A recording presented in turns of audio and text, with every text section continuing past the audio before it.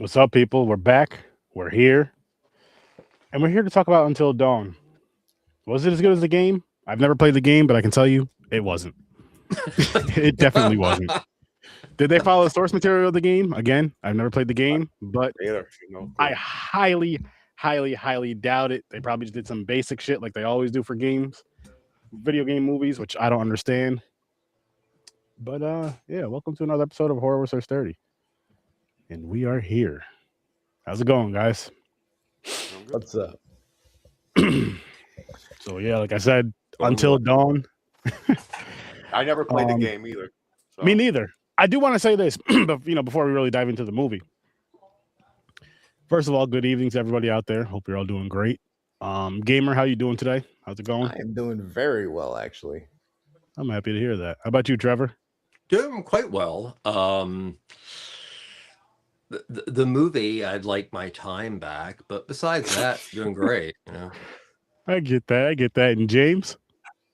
I had a good day. Watched a couple movies. Oh, nice. Nice. Yeah, today was pretty good. Today was pretty good. Um, I do want to say this about this movie. Wasn't a big fan of it, but it made me want to play the game. It made me want to check out the game. It really made me want to check out the game because I'm like, there's a few cool things that are probably in this movie that they maybe, I don't know. I'm gonna ask Gamer in a minute, that they may have pulled from the game, like super basic shit from the game, and just left out like all the great stuff that made people fall in love with the game. I could be wrong with that. Maybe they just took the title and that was it. I don't know. That's exactly what I was hoping to find out from Gamer. But Yeah. before Gamer answers that question, we're gonna dive into ratings really quick. So James, what'd you give this? I never played Right. the game, but I still I like the kills in it, so I'm just going to go down the middle. I'm going to say a 5. Okay. Trevor? 3, and that's being nice. Now I'm gonna say right now, I'm gonna say two things. One, you do not have to be nice. Okay, Two, so- there is negative ratings in this. I go to a -10 because of Blood Lake. So you can go in the negatives if you need to, Trevor. No, it's not that bad. Okay. Gamer? 4.5.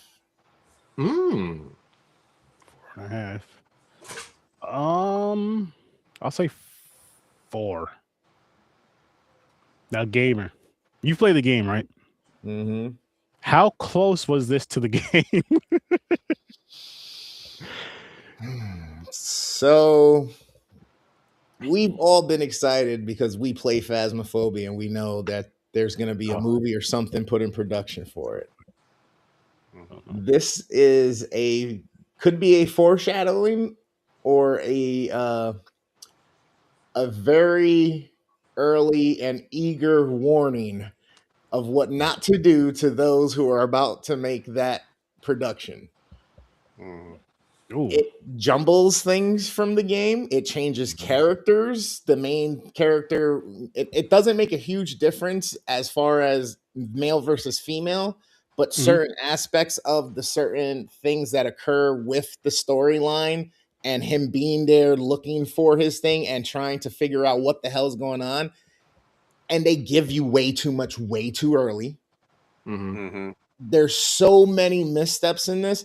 Although it does look good, and there are things that are kudos to the game with the visuals on like the creatures and everything like that, and the creepiness vibe, they didn't even pull off the creepiness vibe of like the sound of his voice coming from wherever Mhm. while you're in the like there are certain elements that you have to hit on with things. Still looked really good. Music was good, but even though it looked good, there was areas where it was way too fucking dark. Mhm. So a distraction pulls you out of it at yet another point besides the pacing of the story. And then if you know the story and you've played the game, you're scratching your head like the whole way waiting for more nostalgia to hit you from the game. Mhm. So it's a bit frustrating. It's a bit frustrating. Because I have a question. the game Oh, will sorry. have your own mind twisted after a while. Like you get done playing the game, you put the controller down, and it's one of those games you got to decompress from. Like, Oh, nice. walk away, get up, go watch a cat video, hug your child, see your wife, Like that game and the Evil Within, 2 Mhm. games that forget about it, bro. Yo, The Evil Within. That movie, or sorry, that game, part 1 and part 2, which I never finished, but still just played them both. I need to go back into those, but I've heard wonderful phenomenal. things about them. Phenomenal. Like the scare factor in those is awesome. The true like main element that they got right was Groundhog Day, essentially. Yeah. That, Mhm. you know, Happy Death Day or whatever. You know what I mean? The Yeah. reoccurring. That's. But there's so many other missteps, bro. So many, and it sucks because it's made for today's society and for today's audiences. So it has to take away from the elements that were almost key and vital in some points to the game. Yeah. Isn't there supposed to be 2 psychics? 2 psychics? I thought I read somewhere about this movie. They're like, the game has 2 characters that are psychic or something. Then I missed that. Like And Meg. again, it fucked with me so bad. I was just happy to finally get through. It could be wrong. It could be a false thing I seen. I don't know. Hey, some games are worth another playthrough, and it's So- definitely worth another playthrough, not another watch through. Oh, So, definitely gamer, not. one thing. Oh, I'm sorry. Oh no, I was just gonna say no. So real quick, me and the wife we watched this last night. Mhm. I fell asleep. We both fell asleep. She fell asleep for the rest of the movie. I was like, you know how like when you're like laying down comfortable, you like doze off, wake up kind of deal. I was doing that for like the last half hour, 40 minutes of it. So I was like, you know what? I'm working from home the next day. Mhm. Get while I'm working, I'll throw the movie back on to where I left off, maybe a little bit behind, a little, back, rewind it back a little bit and watch the rest of it and finish it. And I'm just like, fuck, man. Like what? Use the source material. When you have source material, and I'm just speaking on video game movies, because the movies that pull from the books, I feel nowadays are getting a lot better than they were back in the day. Video game movies are still fucking up. This movie just came out last year. Use the source material. There's a reason why us people that love video games and love certain games will play the same game or a remake of that same game or every fucking sequel for 10 to 20 years, because we love the game. There's a reason for that. There's a story that goes with it. There's stuff that goes with it that you guys just decide to leave out. You take the title. You might take the look of some of the villains in the movie for the movie from the game, if you even do a good job at that. And then that's about it. You'll throw a few elements in there that's just like, oh shit, I'm the visuals and this, that, cool. But where's everything? Where's the story? What draws me in? Where's the scare? Where's the fear? Where's, again, what drives me here? Because if you guys can get better at this shit, you're gonna drive the horror gamers and the people that love a game like this to the theaters, and then the horror fans in general to the theaters to like, holy shit. And then you may even get the crossover to, oh my goodness, this movie is this good. I should check the game out. Talk to the people that make the game. Be a fan of the fucking game. Play the fucking game. Learn the game. Love the game. Get a hold of the creators. Hey, we would love to make a movie of this. We would love you to help us out with this. Boom. And you could do such a better job than just ignoring all of that. Do the fans a service. As much as I get that games are a great medium to tell a more voluminous story because of how much gameplay there is, how many nuances and details, and you're doing side quests, this, that, like there's so many little things going on that help build cutscenes. So I understand that some games take 10 hours, some games take 50 hours or 100 hours to complete. Yeah. I get that. So it's hard to pick and choose, but just pick one of those main storylines and always make it come back to the center. And with even that being said, not everything has to be modernized and politicized and agendaized. Just leave it the fuck alone. It was entertaining as it was, and now it's something you made real for us. Why do we need to now change these other things? Like, stop. If you want to make a political statement in a movie, go make a political movie and a political statement. The movie itself and the game itself made enough of a statement about the human psyche as it was. You didn't need all this extra fucking mumbo jumbo with all the fucking. It irritates me. I mean, no matter what, the characters in this film are shallower than a puddle of piss. So it doesn't even make a difference, in my opinion. I mean, one of the things I wanted to ask you, Gamer, and it's something that I was like, man, okay, this is kind of interesting. Oh, this, wait, why aren't they doing this? Is there a lot more lore in the game versus what we got in the movie?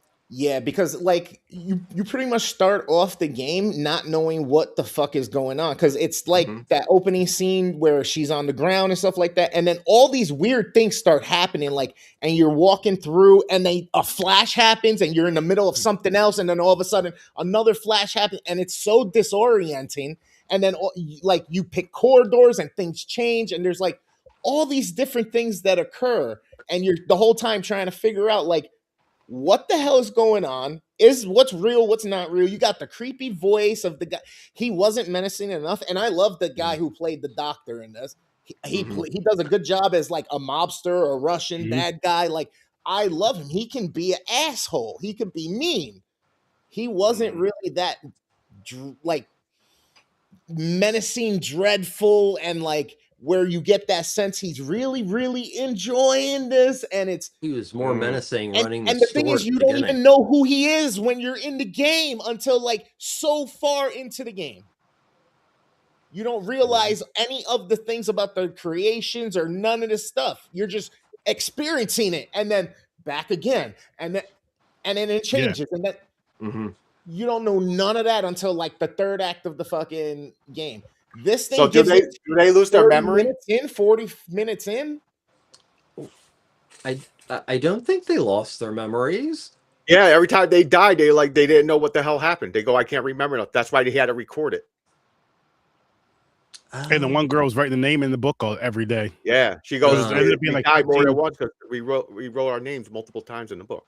Well, I mean that wasn't like the film was written in a way that it was completely off. Yeah, and and that's another misstep then too. If they did play it like that, but then the movie didn't even feel like, because every time they jump back, they're already in action, like they already know what's going on. You fucked it up. Like that's how the game is, but the game is also confusing, and you don't know what's going on. You don't know, you know what I mean? You know everything because you got the bird's eye view of it all. So good luck with Phasmophobia.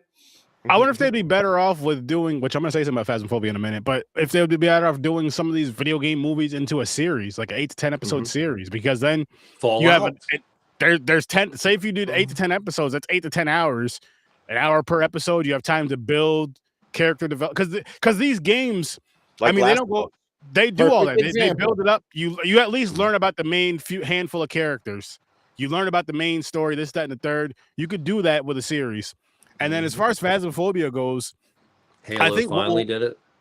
I think what will work for them, two things I think will work for them. If I'm not mistaken, I believe whoever's making the movie is working with the creators of the game. And two, there's not really like a story of the game besides like ghost hunting. Yeah. So it's like they could kind of fill in a story, and hopefully they use the locations from the game in the movie. One way or another. I don't know how they'll get them there, this, that, and the third, but hopefully they'll kind of build around that, because I've watched a lot of like ghost hunting type of movies or something like that. Like Grave Encounters, for example, is a great one. I love that one. Or Ganjam Asylum, for example, which would be different from Phasmophobia, but similar to where like a group of people, a team of people go in and figure out if this is real and kind of go hunt it. So if they kind of go with similar to those, just with that, but tell it in the Phasmophobia way, I think they could do something good with it. I really do. I hope they don't fuck it up, but we'll see. And again, I also hope they got to recognize the ghost and try to stop it. Like have something like that. Just not going in and going, oh yeah, that's a banshee. Then go on into the next. You know? Or like say if they had to do it to where maybe they put it in a movie to where like, you know, yeah, I like that too. Or if they knew like say. Just using Tanglewood, for example. Say Tanglewood had the Banshee in it. And they knew Tanglewood had the Banshee. Say the diner had the gore. You know what I mean? Say like each location had a different ghost and they knew it was there. They just had to find it, make sure it was that ghost. Whatever the case may be. I don't know. But I just hope they pull like everything they can pull from the game, which is everything, and put that into a movie. But we'll see. Again, but would that work better as a series as well? If you really think about it? Like would video game movies work better as series than movies? Because then I feel they can really go into more detail. Like look at Welcome to Derry, for example. If they made Welcome to Derry into a movie, it wouldn't be that great. It was 8 episodes. You got a nice build up of everything, and it was cool how it connected with chapter 1 and chapter 2 of it. And I like how they're going backwards with it, doing prequel, basically, but they're connecting everything together. But they're doing it as like 8 to 10 episode series, which I think for a lot of stuff it works better than a movie does. And I feel maybe video games that want to be made into live action adaptations should kind of follow suit and do that instead of what they've been doing over the years, which is movies to where they ignore everything. May I interject? Yeah, of course. It kind of depends on the game and like the context of it. All right, because Uncharted, I love that video game series. It's an adventure treasure hunting game. You find like Shambhala, the City of Gold. You find El Dorado, and you're fighting the baddie who's the rich and wants the power or whatever, right? And you find these artifacts, and they did a good job with the movie, but that's all they did because they changed certain things instead of just literally giving us exactly what we play through. Because those games, everybody play through those games says the same thing. I'm playing through a movie. So it's already set for you. There's all these different connections and all this lore and like real historical stuff that some people may know about because that's their interest. Some people may not, and now they might go digging for that or educate themselves. But either way, there's this intrigue and there's a lore that just goes with that. So it's easier to do. They would have had much more success if it would have stuck to the character types from the game, like Mark Wahlberg, completely wrong cast. Tom Holland, okay, I guess if you want to portray a younger one, but we didn't get a younger one until the fourth one when we see him. So that's why they did all of this, like trying to just congeal everything instead of just maybe doing literally what the games did and giving us a part 1, a part 2, part 3. Yeah. You know what I mean?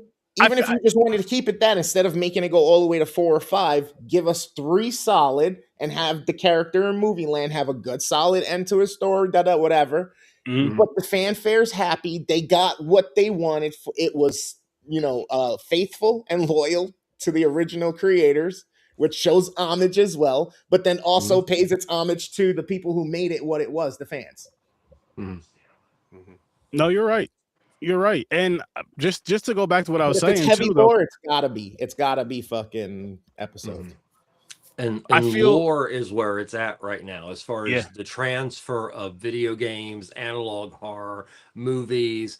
Everybody loves lore, and that's the big misstep, I think, massive of many, but one of the really big ones that David Sandberg, the director who also did the film Shazam, did for this film. What little things that were interesting, like the town and the sinkhole and the insane asylum and what's going on.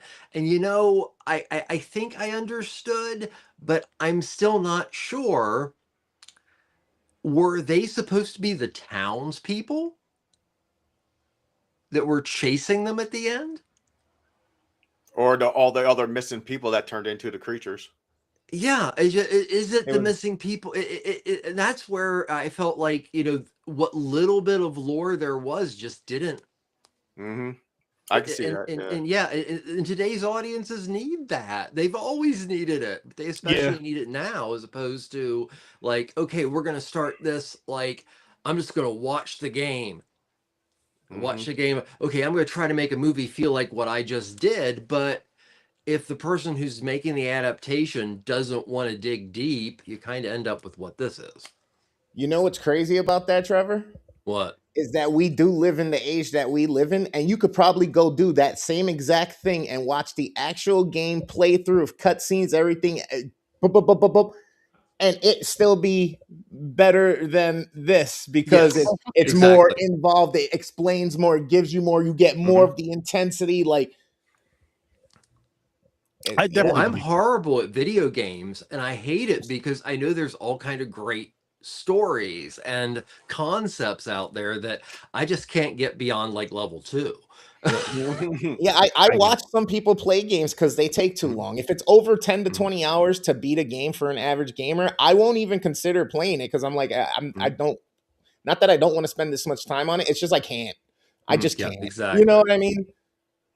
So it's like, all right, but I can get the entertainment out of it. I can learn about the game, and then I can go watch somebody play the game because we live in that day and age. Well, I always wondered why, I remember the first time I saw somebody I was around, a younger gentleman, watch people play Minecraft My on nephew. YouTube. And I was just like, this makes no sense to you. This makes no sense to me. And then once my kids started doing some of the same, I was like, oh, this shit's play by play. It's the new style of sports announcing, and it's also social. So, this is another thing.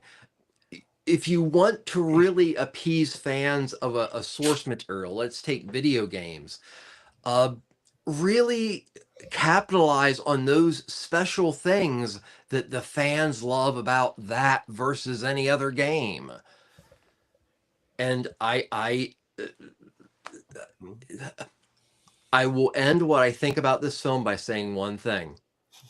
It might have been a little better than Old Bull's House of the Dead, but I need to think about that. And that's it. I lowered my rating to a 3.5 because. And Gamer, I love the passion I see in you when you talk about this. That was like the one I was like, oh goody. And so that's really awesome. And also it makes me feel better about hating the movie so much. Now it is what it is.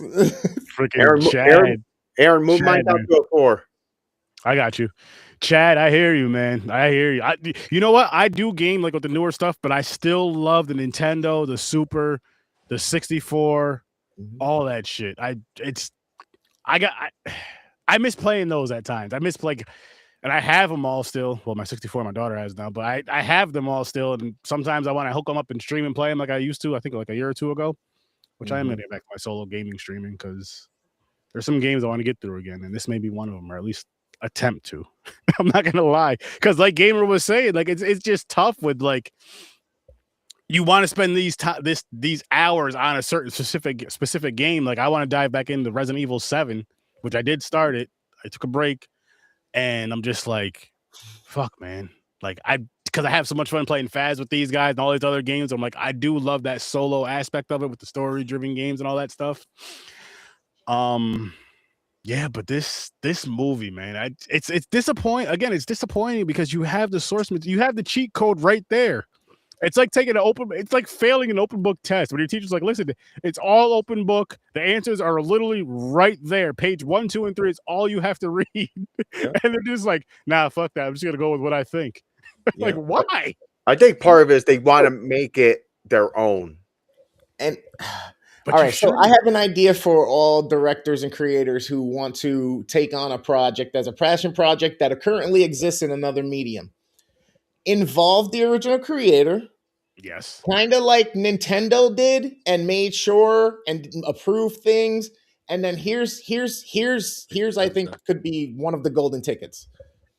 Instead of you doing that, like James said, and just going, hey, I want to make it my own. Put your pride to the side and go, I want to make the best thing that I can for this, and go, hey, creator, thank you for entrusting me. Not only do I want to make sure this is right, what are the things you wish you would have done that you would have done differently now that you got the chance? Like if you were making this game over, let's make this as a movie. Let's make the fix that you want. Kind of like Henry Cavill with his take on getting something for Warhammer and Ultron. Like, he's putting out his whole like life savings to make sure that they keep to the lore. Warhammer is Warhammer, and that's the kind of love that you really need for anything that's adapted, but video game especially, because it's like walking for a movie a lot of the time, except I could see where you would even become more attached to the characters because you find yourself having a favorite character. But no, this movie, just the dialogue, although I will admit The dialogue reminded me of some of the games I had played over the past 15 years, where you just want to hit the button that goes skip, skip, skip, skip, because the dialogue is so bad to the point that a person says something and you go, wait, they're going to say that, and they do. Yeah, It's not just lazy to the source material. It's lazy filmmaking from a guy who's had 2 pseudo blockbusters. Shazam and Lights Out was a surprise hit. So this is really lazy filmmaking by him. It just, I don't understand. I really don't understand it. I really don't understand how you have something to where the source material is successful, very successful, probably made a lot of money, and people love it. People went to go see this movie because they thought they were going to do it justice, and they didn't. And I'm like, why does this keep happening over and over and over when it comes to video game adaptations into film? Why? Stop fucking it up. And I know there's a new Resident Evil movie coming out soon, or within the next year or two. Don't fuck it up. I forgot your name, but I know you're a Resident Evil fan. He did the guy. He's a good director. He did Barbarian. I think it's Zach. Oh, the Barbarian was good. He did Barbarian. Did a few other movies. I forgot what. But use the source material. I know you're a big fan of it. Use the source material. Do not drop the ball on this. Don't just use the names from the movie. Fuck all and that. It's not a difficult fucking story to follow either. It's a video game. They don't make it like you got to be a genius to fucking do this shit. So, okay, another thing, gamer. So there's that one scene where the 2 characters just like, okay, let's get in the Jeep and just go. And then they head into this fog and you see this large creature. And I'm getting like Lovecraft vibes, Mist vibes, and there's nothing else about it. Nothing. Yes. That was a major letdown because I'm like, ooh, I'm starting to. And then also the Wendigo thing. I'm like, how can you bring in a cryptid without bringing more explanation why a person turned into a cryptid in an insane asylum? I don't know. Just by going crazy. Just accept it, I guess. The only way I can make sense of it is environmental stresses bring out phenotypical expressions of an organism. So if you put, let's say, a plant in certain conditions, it may show certain colors on the leaf, or it might do certain things like produce certain oils to either protect itself from predators or whatnot, or it's going to try to survive or whatnot. So it's trying to, I think, explain that, and that humans within, if we really we're just so ugly that we'll just be that monster if we're just let to our own fucking stupidity and anxiety. Like I don't. It does kind of take from the Wendigo concept, because basically I was under the impression that the Wendigo versus the serial killer was, and this one I had to come up with myself compared to but I felt that it was all those souls and all that pain, and then they say hunger, but it's all that pain that leads to the creation of the Wendigo. But I had to come up with that one myself. Now the serial killer, is there any more, or is he just a blanket serial killer even in the video game? Man, and there's even with just the imagery of what the cover is, with the house and so much underground and stuff like that, and it decayed away. Like they only touched. They only touched, and when they did touch, if it was super dark, and it kind of felt like you were just in like the first level of a basement, like if you're trying to get to a bunker type deal. You know what I mean? It didn't feel like you were deep underground in corridors that you have to navigate and are like mazes. You know what I mean? Oh, by the end of the movie, I couldn't. If somebody said write a map, I couldn't do it. Like, tell us now, write a small map of where these characters are. This one's here. Yeah, exactly. There's no like flow to this film. And in most games, guess what you get? A map. As you uncover areas, it shows up, and you can either true. go into the menu or it comes up in the top corner of the screen. Well, they played with that. They try, and I even said when it popped out, when they got the map out, I was like, "Oh, it's the legend for the game." And you saw it for 1.3 1 second. Yeah. Yeah, there we go. Mm-hmm. Another thing I didn't like about this movie, I don't like when every character survives. I'm with you on that. I'm like, well, this dude. Melanie chick, they kind of totally forgot about her, so I'm assuming she's dead. Well, it was too late. She became part of the darkness. But the thing is, did they survive? Because on the monitors it changed. He started whistling, and the vehicle pulled up. I think it's a new vehicle. It was a van, not a Jeep. Oh, okay. I thought I couldn't see. Oh, well, it changes to a different house. Yeah. So it's like, yeah. So it's like he's still alive doing his experiments. Yeah, is he dead? Is he supernatural? Is he like a djinn? Like, is he doing tricks and shit on fucking people just to have fun? I don't understand if he's alive or a fucking ghost. I don't know what's going on there. Bro, they tried doing almost like he's fucking Jigsaw. What's his name? The dude with the white hair from Resident Evil, fucking Spiker or no. I know his name. I just can't think of it. Riker?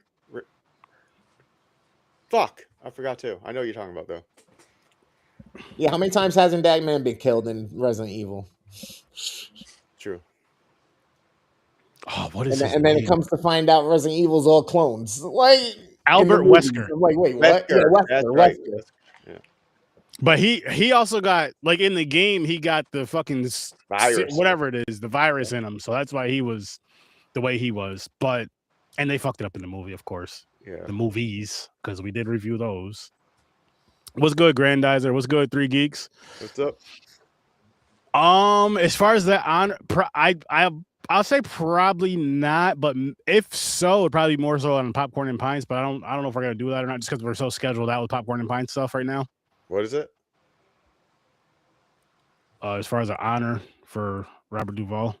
Oh, great Robert Duvall. And was he in any horror movies? Oh, I can't think of anything off the top of my head, but I give it a 3.5. Seen snobs. I'm going down. I'm giving it a 3. I dropped it down more because the ending pissed me off. I wanted that douchebag to die. It stayed dead. The fucking the jock one type. The one who was driving the Jeep. Yeah. I did not like him. The Kinko copy characters. It was just. It was bad. It was rough. They had to have every type too. You notice that? It's always the same type. You got the jock. It's like a Scooby-Doo gang. Like those motherfuckers are not really friends with each other. He was annoying. Well, it almost got self-referential there for a little bit. And I was like, oh, well, is this not taking itself seriously? Yeah. And then it didn't follow that either. It just honestly, I think, unfortunately, David might have got stuck with a project that was a license that was going to run out. And they were just like, oh, shit, we spent so much for this license. We got to make something from it. And that happens a lot. And that's why a lot of times you see adaptations that are shit, because they're like, well, either we lose the fact that we paid millions and millions for this license to eventually create something, or do we just throw something together and, lick our wounds and whatever. I think I originally gave it a 5 when I said it's okay, because I think the kills like entertained me in a way where I was like, oh, it wasn't that bad. But now we're talking about, I think, the storyline and it's shit. It's crap. But I still give credit to the effects and the kills. Like some of them were pretty fucking cool. Like when that dude got chopped in half right in the fucking beginning. I was like, yo, what the fuck is going on? I was like, this movie's gonna be like this. There's gonna be gore, fucked up shit. I like the effects of the old lady giving the mask and she started rotting, and it got turned into. I thought that was pretty fucking cool. You know what it is? There's cool visuals. Yeah, cinematography was nice too. Like Gamer said though, when they're underground, they could have made that beautiful, but they made it dark. So I have a question. I'm sorry to interrupt you, but so it goes with the dark. I just want to make sure it wasn't my Netflix. I thought the same thing. The only thing that makes sense and would be an editorial decision is, oh, we can't finish, or we're trying to hide some shitty makeup. And so, yeah, that was another lazy element. Thank you, Gamer. So sorry, James. No, you're good. The lighting guy was off that day. Yeah, he was off. Yeah. So really quick, I just want to let you guys know what we reviewed this year, which good movies all the way up to this point. So we kicked the year off with Sinners. We had The Sadness right after that. Clown in a Cornfield. Surprisingly good. Surprisingly good, yeah. The Substance. The Long Walk. Yep. Him. Fucked up. Yep. And then this. So then and then we're here. Then we ended up here. It could be worse though. It could be worse. And it probably it may be at some point. It may be at some point. Again, we're doing 2025 horror movies. Up until certain parts of the year where we do our certain things that we do, but could 2025 Mario Brothers with John Leguizamo and Bob Hoskins. Oh. That was horrible. Sorry. They didn't do one thing right about that movie, about the story of fucking Mario. Like what? They got the name Fighter with Raul Julia and Jesus. The little Bond was cute. That's about it. They got the names right. They got the names right. I will say the newer Mario movie they did. I know it's not live action, but I had a good time with that. I had a real animated. I for that either. Sonic. Yes. How much lore is into it? I don't know, but it was good still. I mean, the story was fine. It was entertaining. There's not really much story to those games, really. Like Mario saved the princess type of deal, but they made her more badass. Mm-hmm. And Sonic just runs and collects coins and fights a boss at the end of the stage. Eat some chili dogs. You know what I'm saying? Yeah. Mm-hmm. 3 Geeks Street Fighter was fucking terrible. Street Fighter. And Street Fighter is Super Street Fighter is my favorite fighting game of all time. That movie, like, you know how when you watch a movie as a kid, like you're expecting like, oh, I'm gonna love this because it's Batman, or I'm gonna love this because it's Street Fighter. I fucking hated Street Fighter. Yep. I like Street Fighter the movie video game. It's called Street Fighter the movie. That video game better than the movie. Yeah, and it was on the Saturn. Yep. Bro. But other than that, that's the best thing I could say about that. with Street Fighter, I'm hoping all Masters of the Universe movies. Yeah. Oh. Yeah, they're all bad. Mm-hmm. It looks okay, but it looks like it has the potential to be a bit bro-ish. Yeah. I'm hoping Street Fighter and Mortal Kombat are decent, the new movies. The Mortal Kombat I'm not as concerned about, but Street Fighter, yeah. Here's what I'm hoping from Street Fighter. I'm hoping the original 1995 Street Fighter we got is like Street Fighter Part 1, like the game, the arcade game, the video game, okay? And now I'm hoping this version that we're getting now is going to be our Street Fighter 2 or possible Street Fighter 2 Turbo. You heard? I get what you're saying. That's what I'm hoping. Because that's when Street Fighter became Street Fighter. I'll even say Street Fighter 1 for the arcade was better than that fucking movie. And then we had the original Street Fighter 2 on the Super and Sega and all that shit, which was dope. But we'll see. The arcade game was shit. It was better than the movie. Shit. Okay, listen. If the arcade game was shit, the movie was Hot Runs. Hot Runs. Yeah. Spicy diarrhea when you're eating too much spicy foods and you got the runs. Yeah, that. Poor Raul Julia. And before you knew about wipes, you had to get the toilet paper wet. Last roll. That was so sad. Did so good. I know. He did great acting in it. Don't get me wrong, but it was just. But he was like Shakespearean level fucking actor, man. Wrong role, all that shit. And Jean-Claude Van Damme playing fucking guy. Here's another. Since we're talking about the Street Fighter movie, now here's my rant with that movie. You have like in the game, it's Japan, Back then it was USSR. You have like, you know what I mean? All the fucking places of where each character was from. And you just completely ignored that. Like, fuck this shit. Like, except why? for Chun-Li. Chun-Li. Yeah, maybe Chun-Li. And then we even did the other Street Fighter movie, the Chun-Li movie. That shit was bad too. Like, yeah, it was. That was just stop it. Stop it. Just listen. If you guys are gonna respect the source material from the games, cut this shit. Knock it off. Especially a fucking action movie where you mainly you only less dialogue, you just more ass kicking. I mean, dialogue, and each character did have for one, I was such a fan of Street Fighter. Remember how video games used to come with the booklets? Yeah, to tell you how to use the shit and get you cheat. Not only that, but like Street Fighter would tell you how to use their moves, and it would give you like the each character's brief little story, the little background. Yeah. What now? Now, when you buy a game, you don't even get a book. You open up the. Those are 99 cents each as a DLC. Yeah. I think I only played Wing Commander once. I didn't even know there was a movie called Wing Commander, honestly. No, I've never. Wait, what game? Wing Commander? Oh, dude. Oh, love that game. PC and on Sega CD. I had it on both. Oh, love that game. One of the hardest flight simulators for a kid my age, but man, I love that game. That and Sewer Shark. Was it Sewer Shark? I'm not sure. Yeah, I think it was called Sewer Shark or something like that. And you're driving this fucking thing in the sewers, going like light speed, shooting at fucking like aliens and shit. It's weird. It was fun. Yeah, I never heard that one. All right, gents. So I'm gonna pull this charity thing up. I've relived a lot of nostalgia tonight. My apologies, everyone. No. Hey, listen. Okay. There's nothing wrong with that. There's much better than this movie. Yep. The memories were much better. Yeah. Yep. Yeah. So next Friday, the 27th at 7:00 Eastern time, Curse of the Swamp Creature. We are doing a script read for that, a charity script read for our guy. He's a friend of the shows, friend of the Scene Size, friend of Horror Research 30. He has MS.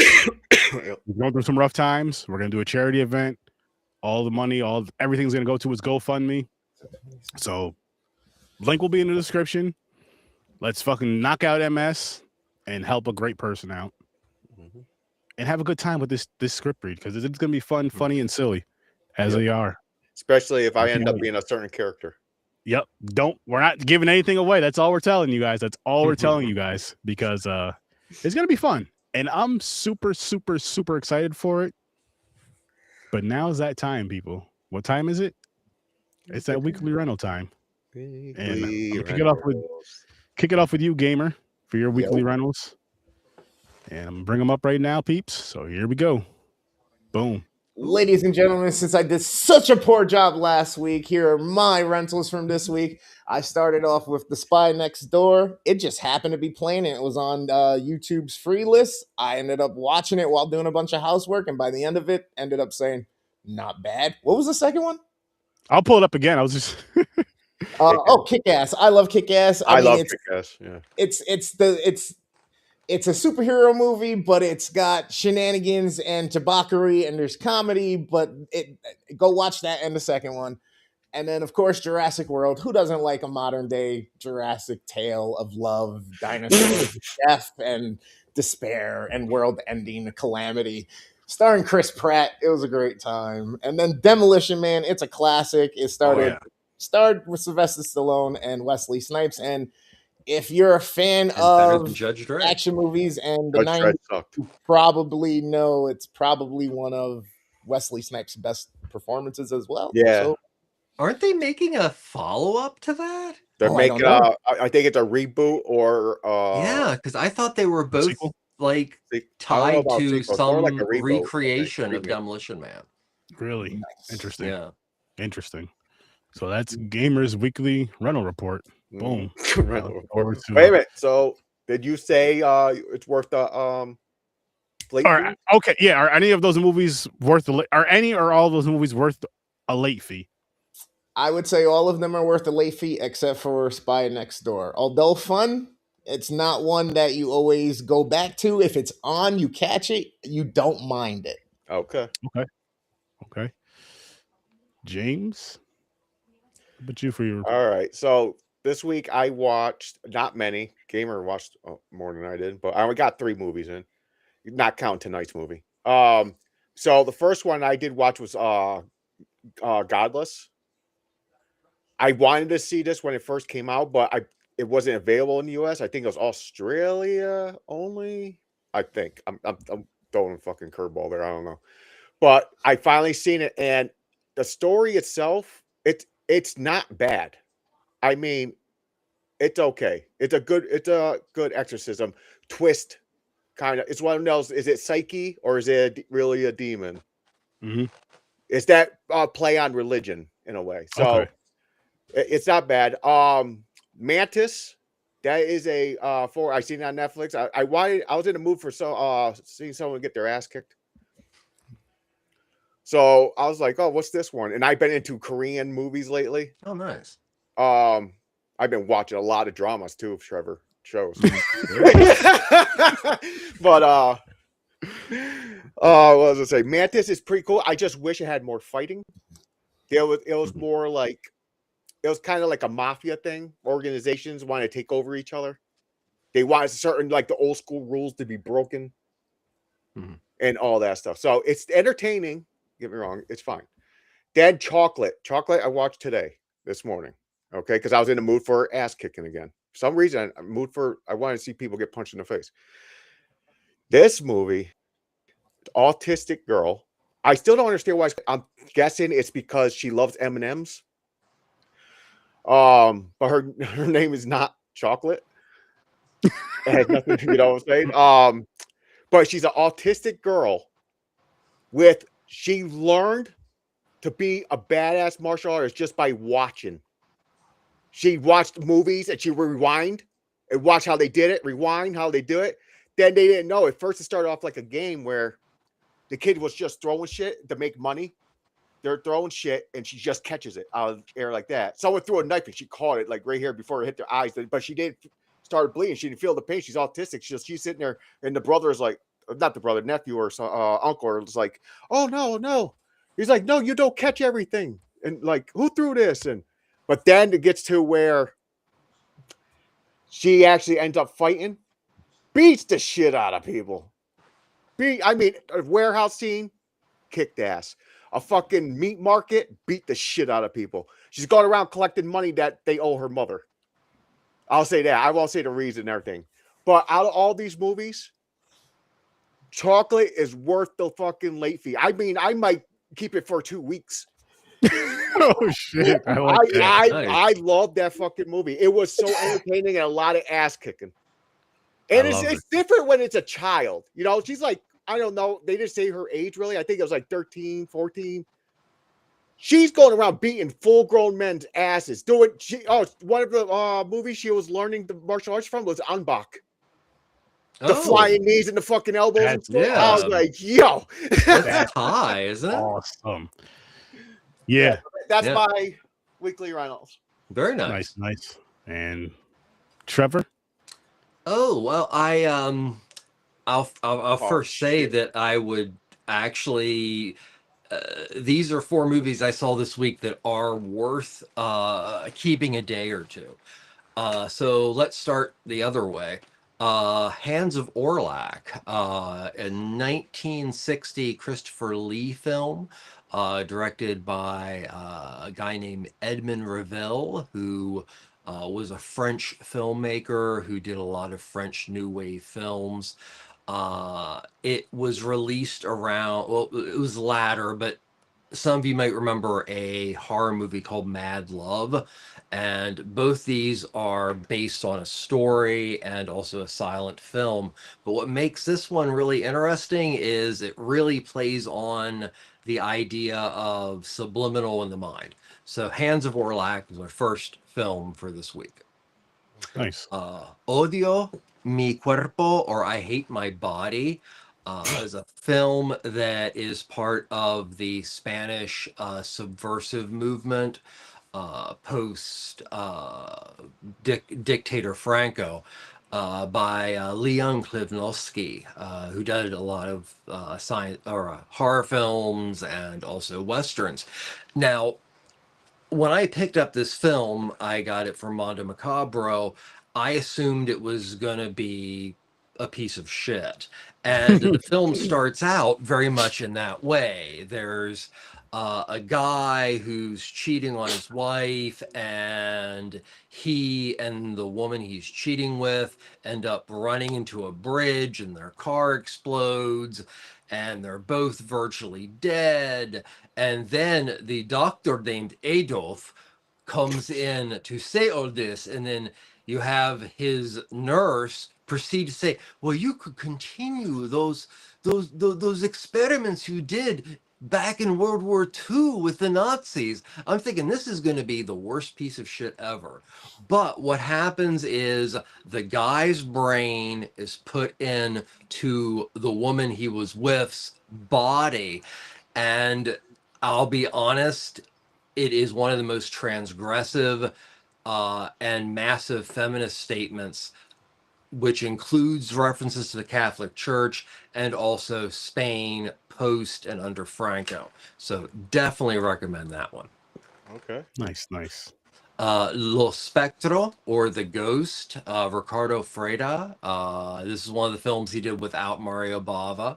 It's a great companion piece to another gothic, beautiful film he did called The Horrible Dr. Hitchcock. Kind of gaslighty in its plot, but just beautiful Italian gothic stuff, written by the legend Ernesto Gristaldi. Mm. And a really intriguing film, La Campana de Inferno, or The Bell from Hell, that the director, Guerin, actually died before the end of the film, and a pretty major legend of Spanish cinema, Juan Antonio Bardem, finished the film. It's also part of that post-Franco Spain subversive cinema, and it has a lot to do with class and things of that nature, but it takes it to such a surreal end that the characters are visually compared to and brought to a level of being cattle slaughtered in an abattoir. I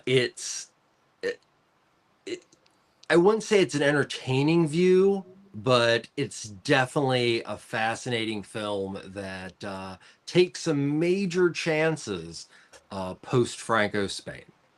Okay. Nice, nice, nice. Now, really quick, Trevor, I can't remember if you said this or not. Were any of those movies worth the late fees? Worth the late fee? All of them are worth the late fees. And nice. I watched Hands of Orlac twice this week, so. Nice, nice. So, I guess I'm up next. Ooh. So I'll kick it off with Valentine. I actually watched that. I believe we watched it on Valentine's Day. Or no, actually, no, we watched it that Sunday. Mm-hmm. And it's a fun slasher. It's a really, really fun slasher. It starts off with kids. I believe they're in middle school at a school dance. There's one kid that gets bullied all the time. And one girl lies on him, put some smut on his name, throw some dirt on his name. They were making out under the bleachers. And these boys seen him making out. So they're just yelling shit at them. And then she said that the boy attacked her, which he did not. It was very consensual. And then they grow up to adults and some shit happens, some slashing happens, and it is entertaining. It's worth a one-time watch at least. I wouldn't say it's worth the late fees, but it is worth a one-time watch. And all these movies I'm about to tell you about are on Tubi. Movie number 2, The Plague. This one here was an interesting film. I wish they got deeper into the story and as to why certain things happen. So there's a part where it starts out where there's kids, like the kids in the town, all of them are in a coma for 10 years. And they all go into coma at the same exact time, and they all wake up 10 years at the same exact time. And they're violent as shit, just fucking people up and killing and all that. But they don't really, I didn't figure out why. They didn't really explain why. Fun watch, good watch, one-time watch. Not worth the late fees, but also not a bad movie. The next one, Low Lifes. This here was a good fucking time. This here was a really good fucking time, and it's close to being worth a late fee. Close, but it just missed in my opinion. But it gives you Texas Chainsaw Massacre vibes in a sense, and it's one of those movies where it's like you don't want to judge a book by its cover as far as the looks of people and all that, because there's a family traveling in an RV and they end up going to a home, and let's just say some shit happens at that home. I don't want to give too much away, but some shit happens at that home, bunch of violence, bunch of killing and all this shit, and you're just like, oh my gosh, I would have never thought. Definitely worth the watch. Not worth the late fees. Now this right here, Intruders, was the best movie I watched this week. This was fucking awesome. This was definitely worth the late fees. It's a home invasion film, and so there's a lady, I believe her name is Anna. Her brother dies, and they were like really close. Her brother dies. They live together. He dies, I believe, of cancer. And so there's a funeral for him, of course, and she does not go to the funeral. The people who invade the home think that she's gone, think nobody's home because they know about the brother being dead and all this other stuff. So they come and invade the home, and let's just say they get into some shit they didn't think they were going to get into, especially once they found out that she was there alone, a single female there alone. They just, oh man, there's so many surprises in this movie and so many gems in this movie. I was just like, this is something I would definitely.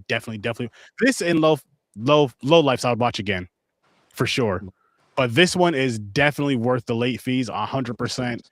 Go out and watch it. Honestly, I would say watch all 4 of them.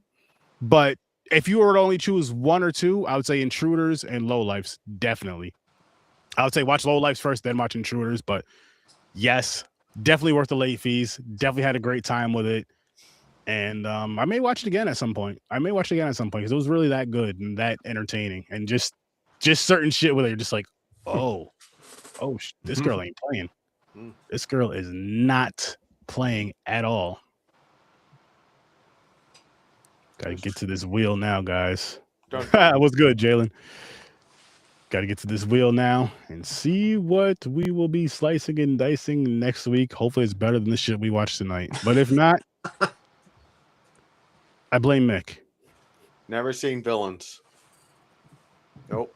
Never seen Villains? No, never seen that either. You guys see that Psycho Killer movie? I seen that that's coming out. I seen a not a trailer. I seen like a picture of it earlier though. I do want to see it. It was made by, who was it made by? Oh shit. Fuck. It's on the tip of my tongue. It's on the tip of my tongue. I gotta go to the phone. I just had it. It's coming out. It's coming out tomorrow, right? Well, technically tonight, but yeah, Friday. Yeah, tomorrow it comes out. Let's see what we got. Is it Frankenstein? The new Frankenstein from last year? Oh, good. I wanted to see that. I heard some really good things about this. Oh, Guillermo del Toro, legend. Frankenstein. So that's what we'll be watching next week. We'll be slicing and dicing that. And I'll tell you guys this.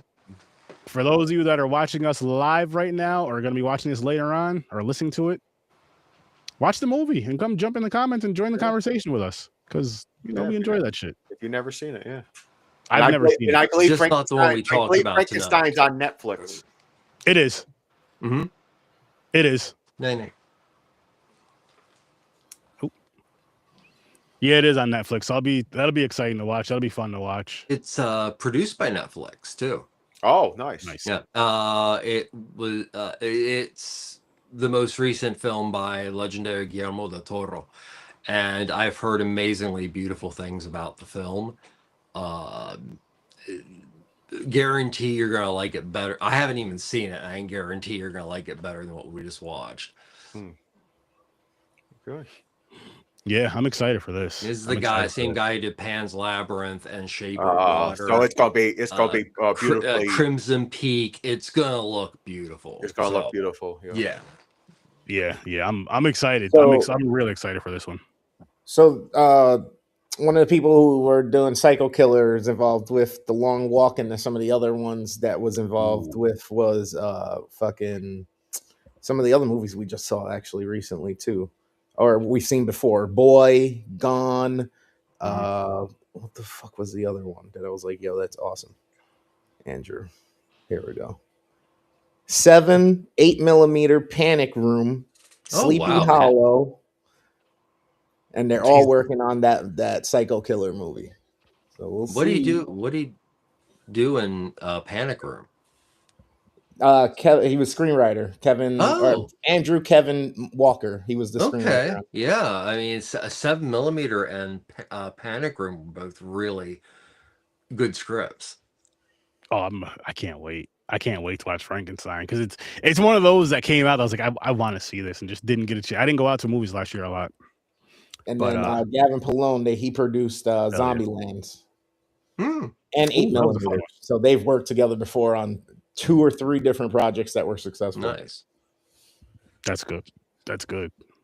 That's really good, actually. But shit.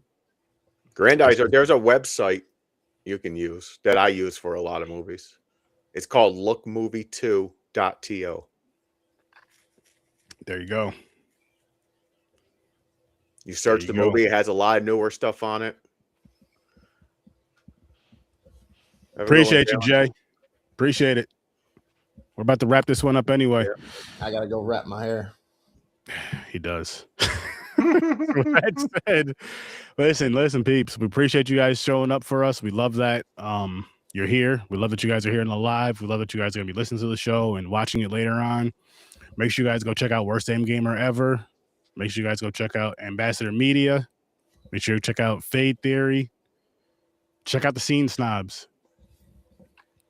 And check out Popcorn and Pints. As a matter of fact, this weekend on Popcorn and Pints, we're diving back into the Stephen King with The Shining and Dr. Sleep. And then the week after, we're doing The Shining, the little mini-series thing or whatever it is. I've never seen it. Yeah, the 6-hour long CBS series. So we'll be doing that as well. And then, of course, come here every Thursday at 8 o'clock Eastern Time for some more horror, some more fun with your favorite horror host, Sir Sturdy, and the crew. Shout out to Sturdy Slashers.